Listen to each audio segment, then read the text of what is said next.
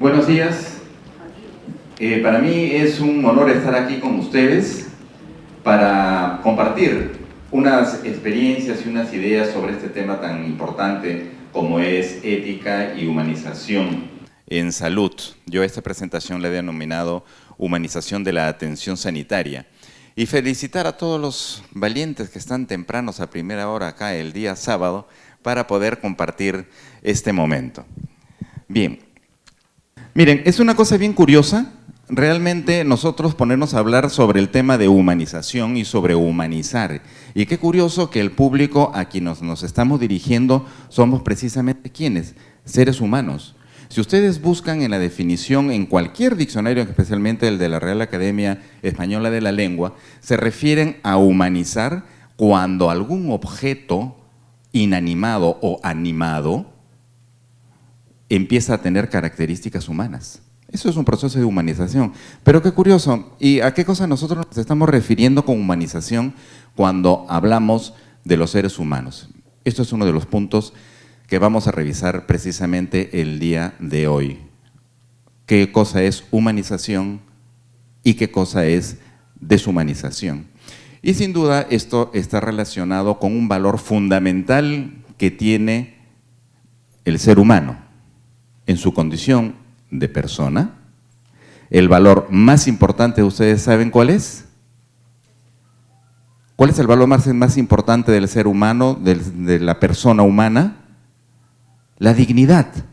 ¿Y saben por qué?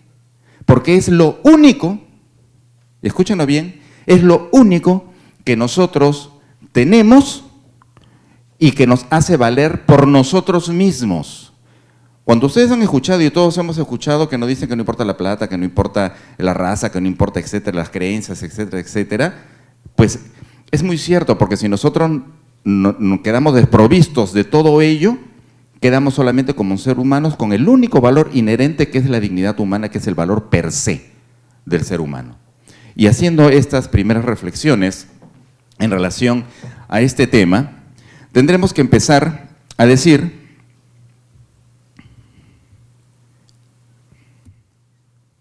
que la persona humana tiene este valor intrínseco en todas las etapas de la vida.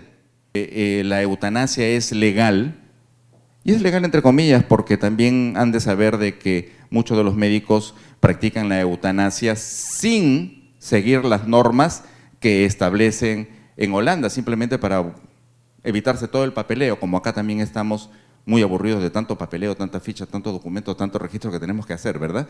En el caso de la eutanasia, están yéndose por otro lado. Pero me refiero, aunque este no es el tema, para reflexionar que en Holanda, por ejemplo, y en otros países europeos, en algunos estados, en Estados Unidos, se considera que la eutanasia, que es la muerte por compasión, a solicitud de la persona, no solamente está orientada y enfocada al enfermo o al paciente con una enfermedad terminal, sino al paciente de tercera edad. Oh, por favor, yo ya estoy un poquito cerca, ¿no? Entonces, cuidado con lo que en filosofía le llamamos la pendiente resbalosa, porque el estar favoreciendo y diciendo de que sí, que esta situación se dé, trae como consecuencia otras cosas que tenemos que tener una mirada bastante amplia para percatarnos de que estas cosas pueden suceder.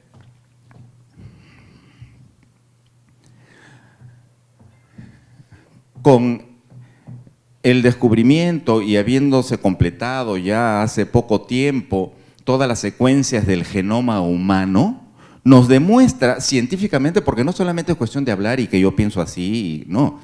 Tenemos en esta época de medicina basada en evidencias, tener las evidencias científicas, y la ciencia nos ha demostrado que el genoma humano, que se forma desde el momento de la concepción, porque desde que se juntó el óvulo con el espermatozoide está presente el genoma humano, ¿ok? Somos ya seres humanos, con características que van a permanecer donde está inscrita toda nuestra carga genética hasta el final de nuestros días. Fenotípicamente cambiamos. Yo no era igual cuando nací, ¿no? Arrugadito, ¿no? Todos hemos sido así. Y arrugadito llegaremos y estamos llegando con el transcurso de la edad. Nosotros cambiamos la parte externa.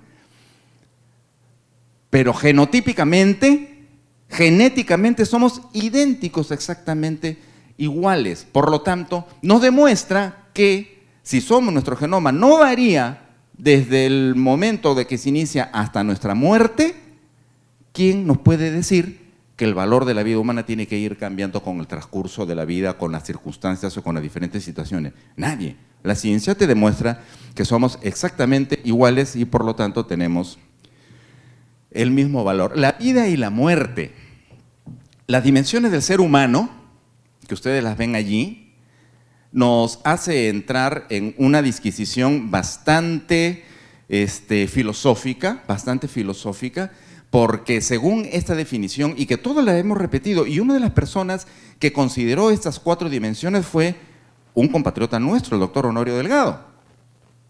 Y estas 4 dimensiones del ser humano vivo,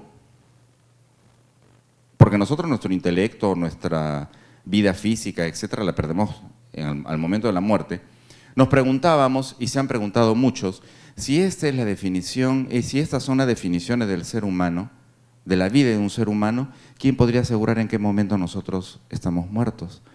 Porque quizá podríamos, la muerte corporal, la muerte afectiva, la muerte intelectual, darla por verificada, por comprobada. ¿Y la muerte espiritual?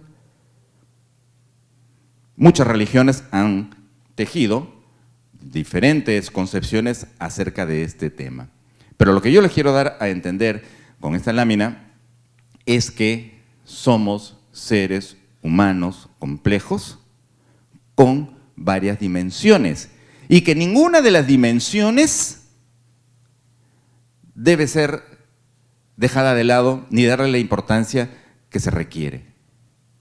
Y cosa curiosa, esto lo hacemos en medicina, porque muchas veces o nos dedicamos a la parte corporal y somos genios expertos en las diferentes áreas de la medicina o en la salud mental. ¿Y la parte afectiva qué? Esto es el centro de lo que es humanización. Creo que es importante y ha llegado el momento también, ya que la vida y la salud está relacionada con el ser humano y con la humanización de los servicios de salud, vamos aterrizando en el tema y por lo tanto debiéramos tener una definición de salud. Muchas definiciones de salud conocemos, ¿correcto? La que más conocemos es la de la Organización Mundial de la Salud. Sin embargo, en esta definición yo quisiera que nos centremos un poquito en pensar en que la salud es esa vivencia armoniosa de todas las dimensiones del ser humano. La eudaimonía de los griegos, ese equilibrio, la eudaimonía igual a felicidad. La felicidad es igual a vida y salud. El concepto griego de salud no se refería a la salud física solamente. Por eso que ustedes recordarán que en la cultura griega se promovía mucho el deporte, la lectura, era algo totalmente integral. Y cuando la parte física y la parte mental iban bien, y la parte espiritual también, porque trabajaban mucho el tema de las artes, hasta la guerra la consideraban como un arte, los espartanos. Pero miren todos ustedes cómo consideraban incluso el término de higiene. Nosotros ahora cuando nos hablan de higiene estamos hablando de lavado de mano, de baños y esas cosas.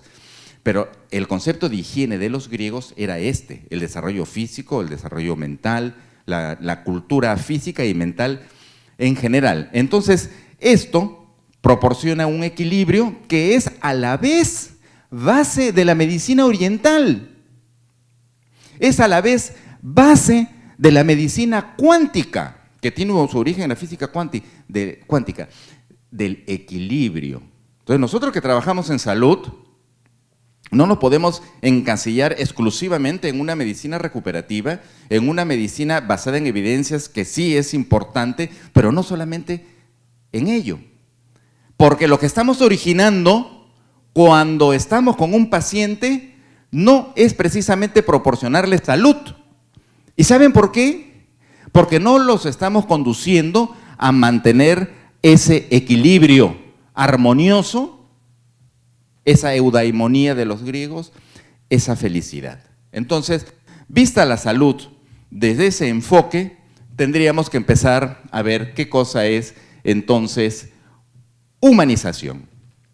Y yo quiero con esta definición enfatizar que a diferencia de los restantes seres vivos, el ser humano ha logrado desarrollar sentimientos conscientes y manejables, entre los cuales destacan la solidaridad, el amor por el prójimo, la empatía, la generosidad.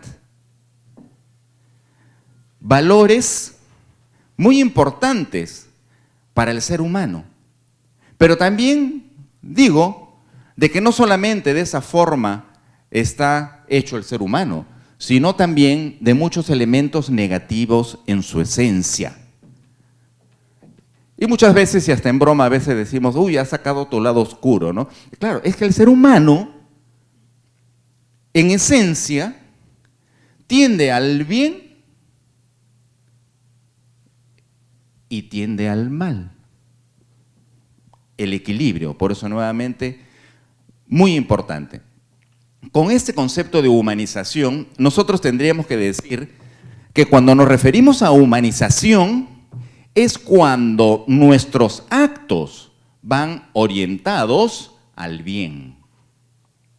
Cuando se despiertan sentimientos positivos. Mientras más nos vamos acercando al bien, nos humanizamos más. Y acá sí tiene utilidad el término de humanización.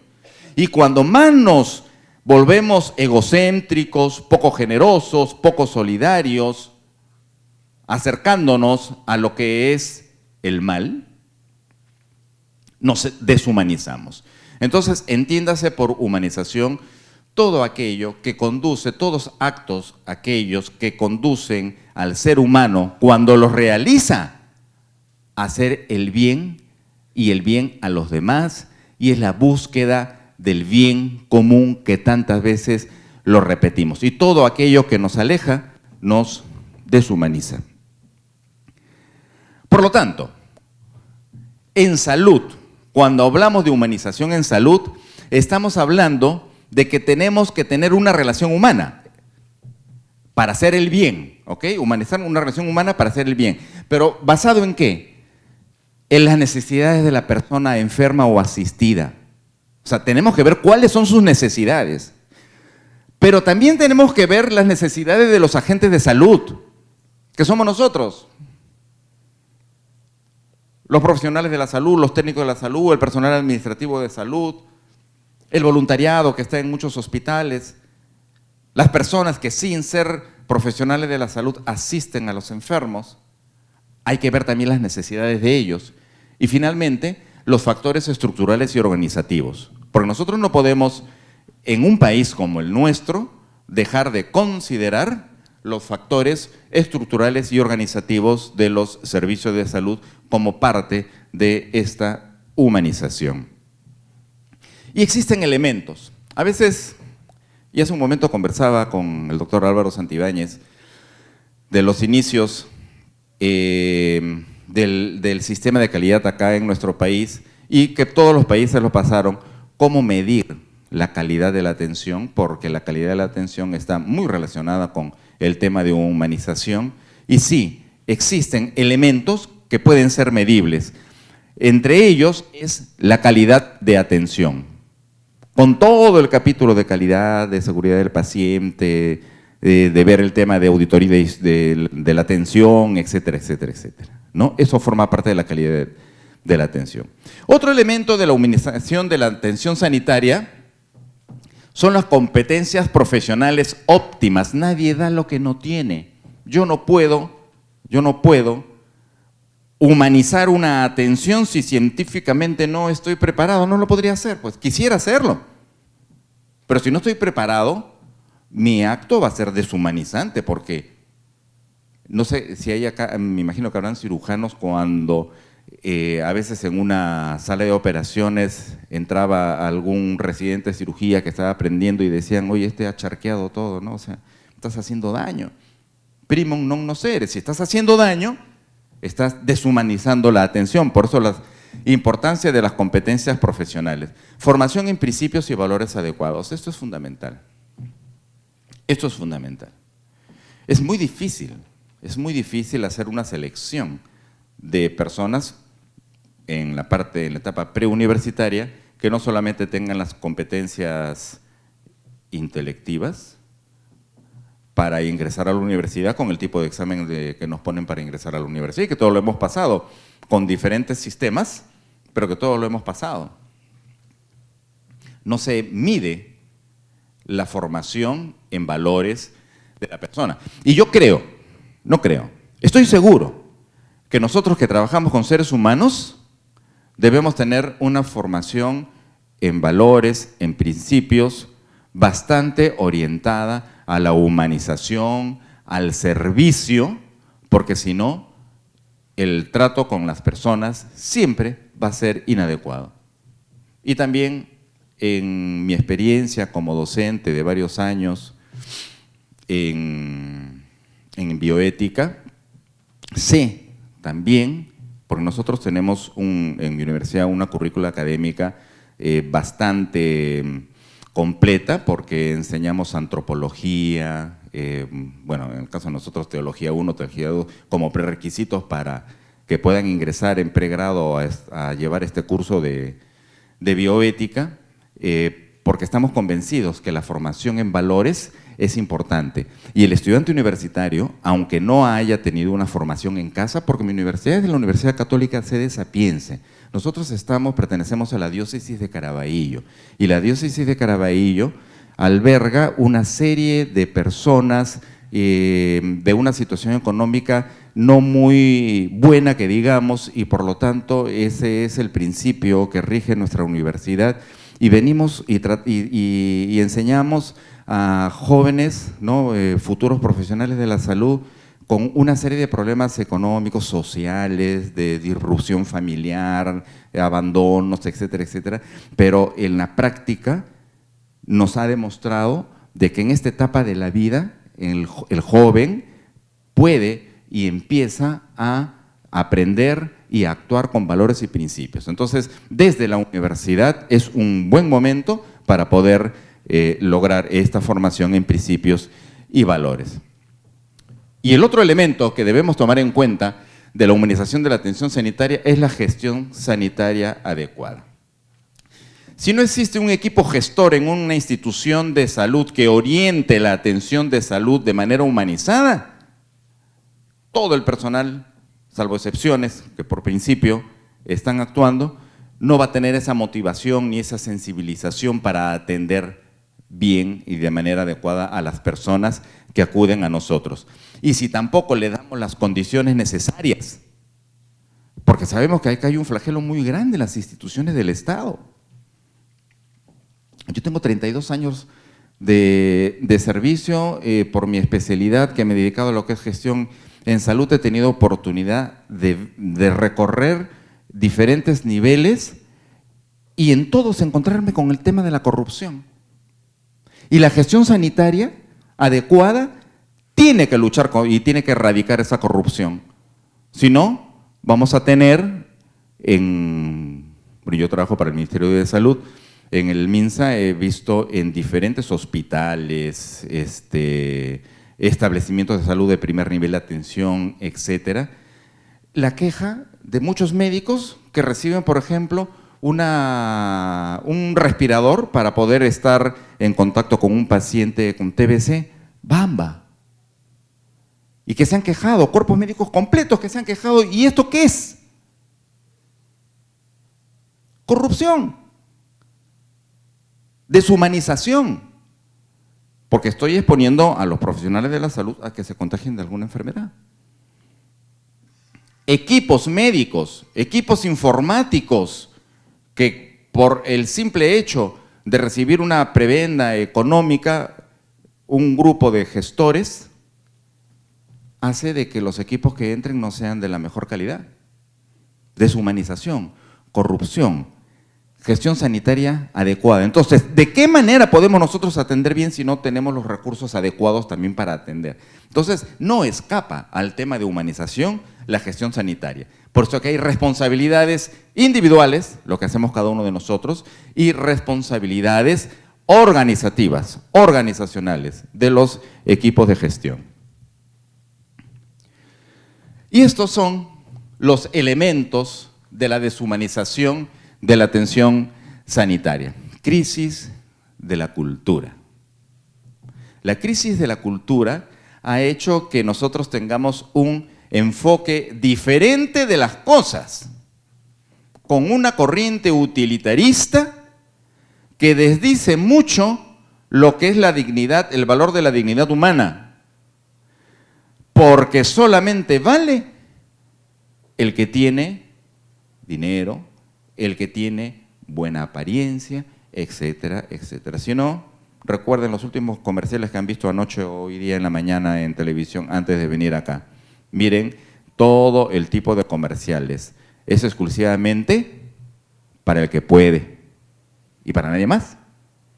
Esa es una crisis de la cultura. Por lo tanto, si yo no puedo, estoy viejo y enfermo, entonces no valgo. Ese es el utilitarismo, en el sentido que les estoy hablando. La desorganización y el mal funcionamiento de las estructuras sanitarias. No voy a hablar más de este tema porque acabo de mencionarlo y nomás tenemos que mirar cómo están las estructuras, las infraestructuras hospitalarias en nuestro país. Al menos los hospitales y los institutos y los establecimientos del Ministerio de Salud distan mucho de la construcción ideal y cómo debiera ser. Hace poco con una exministra de Salud, que está de directora esta semana, el miércoles estuvimos reunidos en el Instituto de Ciencias Neurológicas, ¿no? Viendo cómo para poder ampliar una pared resulta de que había una estructura totalmente hueca y que ha tenido que apuntalar con una serie de artificios arquitectónicos para evitar que se desplome un ambiente, ¿no? Es increíble que en el año 2016 tengamos ese tipo de infraestructuras hospitalarias que no solamente no son adecuadas, sino que ponen en riesgo la vida del personal y de las personas que se van a atender. Deshumanización. Es la desorganización y mal funcionamiento de las estructuras sanitarias. Deformación del personal sanitario. Lo he puesto en comillas porque me refiero a que siempre nosotros hablamos, hay que formarnos, hay que educarnos, hay competencias, pero la deformación va en el sentido de que nosotros no le estamos dando la importancia de vida a la persona humana a la cual nosotros tratamos. Y creemos de que solamente formándonos en la parte científica, académica, es suficiente. Y por lo tanto nosotros opinamos y creemos, proponemos que no es así y que hay que formar desde la etapa de pregrado a los estudiantes universitarios en lo que es valores con los diferentes cursos que orientan a este tema. Y la concepción errónea de derechos del paciente. Nadie podrá negar que los derechos del paciente son importantes, porque nosotros también en algún momento nos convertimos en pacientes. Pero existe también mucho exceso y es un elemento de deshumanización si se suma a intereses económicos, legales, etcétera, ¿no? Este tipo de intereses va a hacer de que el paciente, con el pretexto de derecho, o de la palabra del uso de derechos, empezar a hacer denuncias, quejas totalmente infundadas y que también son elementos de deshumanización.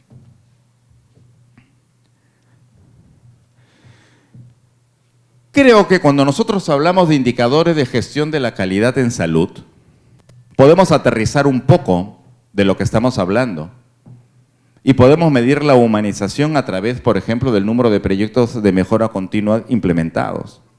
¿Y qué hacemos nosotros y qué podemos hacer?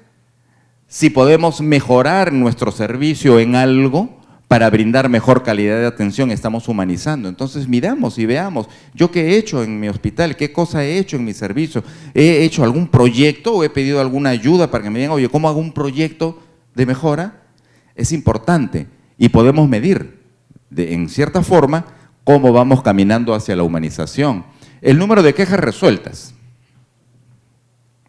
Quienes tenemos experiencia, tenemos experiencia en haber estado con este trabajo de libro de reclamaciones, de atención de quejas, nos hemos dado cuenta de que simplemente por el hecho de conversar con la persona que se queja, se solucionó el problema. Porque la persona lo que quiere es que le escuches. Humanización de la atención. Número de recomendaciones de auditorías implementadas. Si nosotros analizamos y evaluamos la atención que damos a nuestros pacientes e implementamos las recomendaciones, entonces podemos decir que estamos caminando hacia la humanización de los servicios de salud, porque cada implementación de una recomendación, de una auditoría que se ha hecho de alguna atención, significa que vamos a ir mejorando.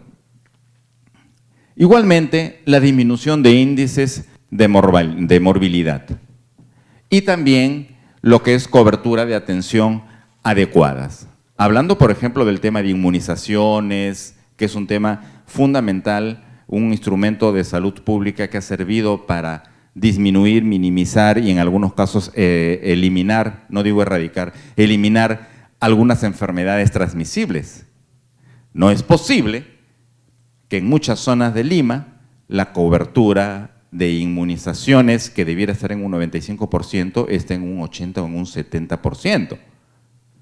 Por lo tanto, esto es un índice también, para un indicador, para ver qué tan dedicados estamos también al trabajo de la atención de la población. Y finalmente, un instrumento que nos ayuda mucho, existen varios en nuestro país. Ahora existen sistemas que se entrecruzan. Tenemos también la actuación de una superintendencia en salud que está midiendo el tema de calidad, de satisfacción del usuario externo, pero independientemente de la metodología que se utilice, es importante medirla. Y es un indicador que nos va a decir si la persona está contenta o no con nuestros servicios, con nuestra atención. Y por lo tanto, nos indica realmente el tema de humanización. Bien, yo con eso voy concluyendo, no sin antes hablarles un poquito de lo mío y que está relacionado con este tema, y es la bioética, que es una disciplina que cuando se crea como disciplina en el año 1971 por von Rosseler-Potter, que era un oncólogo holandés afincado en Estados Unidos, escribió un primer libro que se tituló Bioética, un puente hacia el futuro, y que era el puente entre las ciencias y las humanidades. ¿Qué es lo que estamos hablando? Y que nos decía de que sí, el adelanto científico, ok, vale, debe ser, pero siempre al servicio de la persona humana, no al revés. ¿Para qué el adelanto científico y tecnológico? ¿Para qué? ¿Para hacernos ricos? No, al servicio de la humanidad, buscando el bien común. Y la bioética desde la universidad intenta ¿qué? ¿Hacer exclusivamente disquisiciones filosóficas sobre este tema? No, sino sensibilizar realmente en valores y principios orientados a la práctica diaria para poder tomar las mejores decisiones que respeten la dignidad de la persona humana. Así como nosotros de niños aprendemos a montar bicicleta y nunca nos olvidamos, cuando nosotros aprendemos bioética y estamos frente a un paciente, automáticamente vamos a tener una respuesta buena, si es que nos formamos con esta disciplina. Por eso la importancia de que esté incluida, como ya está incluida, en toda la currícula académica de todas las facultades de Ciencias de la Salud. Y finalmente, 4 principios. No son el de no maleficencia, beneficencia, autonomía y justicia que normalmente nosotros conocemos en todas las exposiciones de bioética que hemos recibido, que son la bioética de Buchan y Childress. Yo le quiero presentar estos principios que, en mi opinión, ¿no? Hay opiniones diversas, pero en mi opinión tienen una amplitud bastante más amplias. Esta es la bioética personalista. La bioética personalista también tiene 4 principios, igual que la bioética de Buchan y Childress. Y los principios son, primero, respeto a la vida humana. Si tú respetas la vida humana, si respetas a la persona humana, por lo tanto, todos tus actos van a ser buenos en el trato con la persona, en el trato con el paciente. Libertad y responsabilidad. Miren cómo a veces nosotros podemos y tenemos libertad de decisión en relación, por ejemplo, a tratamientos que tenemos que recibir. Ok, vale, y eso está perfecto y nadie lo niega, que está muy relacionado al principio de autonomía de Buchan y Childress. Pero acá nosotros le agregamos en la bioética personalista el tema de responsabilidad, porque también tu decisión no debe afectar a los demás. No voy a tratar el tema, pero preguntémonos, por ejemplo, si un paciente con tuberculosis y un paciente con VIH se negara al tratamiento, a las medidas preventivas, ¿qué pasaría con las personas que los rodean? ¿No es cierto? Entonces, libertad sí, pero responsabilidad. Y también se trata acá el tema de la protección de los profesionales de la salud, porque también nosotros nos vemos muchas veces denunciados por de repente alguna mala praxis y que no fue una mala praxis. El Colegio Médico presentaba unas estadísticas que no recuerdo exactamente la cifra, pero superaban ampliamente el 70%, me parece, de todas las denuncias hechas por negligencia que eran infundadas. Entonces, libertad sí, pero con responsabilidad. El principio de totalidad o principio terapéutico que habla de la integralidad del ser humano. Y finalmente, el principio de solidaridad y subsidiariedad. Y con esto termino. Porque el Estado no puede ser ajeno al bien común y al respeto de los derechos en salud de las personas. Y no hablo del derecho de salud de los pacientes, hablo del derecho de la salud de las personas, en las que estamos incluidos los profesionales de la salud, que también tenemos derechos, igual que los pacientes. Y esta subsidiariedad se refiere específicamente a la obligación del Estado de velar por la salud de la población y dentro de los cuales un ejemplo en nuestro país es el seguro subsidiado por el Estado, que es el Seguro Integral de Salud, y los otros tipos de seguro, como es en el caso de salud financiado por los aportantes, que quiénes son los aportantes, los empleados y los empleadores. Es importante el sistema de salud y no es ajeno a esa responsabilidad. Bien, con esas reflexiones que hemos hecho, pinceladas sobre el tema de humanización, he querido compartir algunos conceptos y les agradezco pues muchísimo por su atención. Para comunicarse conmigo no tienen ninguna otra cosa que ingresar a la página web de la Universidad Católica Sede Sapiense. Ahí en lo que es jefe del Departamento de Bioética están todos mis datos y nos podemos comunicar. Muchísimas gracias.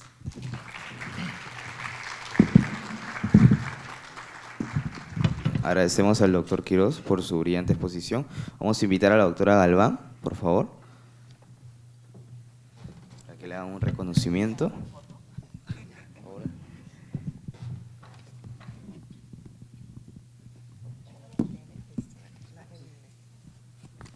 Bueno, a nombre del Seguro Social, a nombre de la doctora Virginia Bafigo y de todo el equipo, queremos agradecer al doctor Quiroz por esta brillante exposición, que realmente es un tema que nos mueve a todos y por eso estamos reunidos aquí. Entonces, en esta plaquita queremos reconocer su apoyo invalorable y estamos seguros que nos va a seguir acompañando en las futuras sesiones que tengamos. Muchísimas gracias, doctor, y pido un fuerte aplauso para el doctor.